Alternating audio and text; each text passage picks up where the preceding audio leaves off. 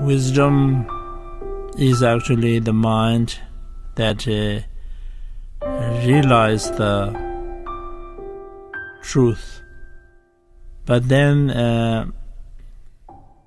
some people realized in a wrong way, so there are wrong wisdoms, like people who have the false views.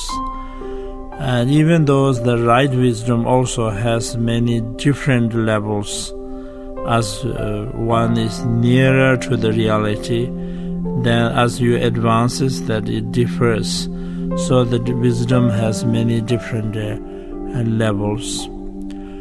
But we, as an ordinary person, we can have three kinds of wisdoms. The wisdoms that you gain through studying, and wisdom that you gain through the contemplation, and the wisdoms that you gain through the meditation. And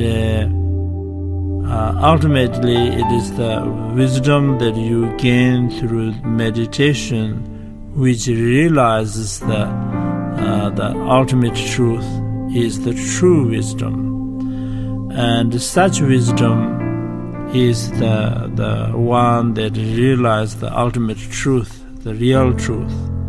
And that is the real wisdom. And this wisdom, although we all, according to the Buddhist teachings, that we all have the seed of that wisdom, in a sense that every living being has the Buddha nature.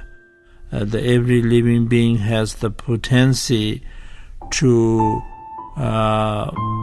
become a fully enlightened Buddhas. But to awaken this, we need the necessary or the favorable conditions that awaken this wisdom. And that need a lot of things, and one of the most important thing is to involve the blessings of the wisdom deities. And among the wisdom deities, the most important one is the Manjushri, because the Manjushri is the manifestation of all the Buddha's wisdom.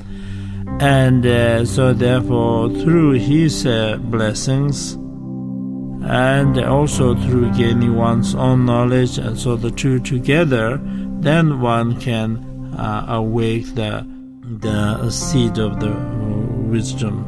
And such wisdom is very, very important. And when you realize ultimately the real with the seed, then of course one is fully enlightened.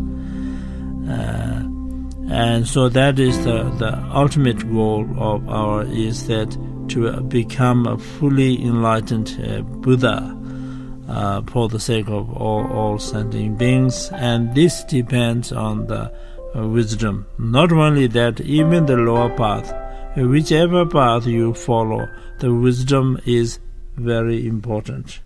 And so therefore we all emphasize that to develop and to awaken the seed of the wisdom.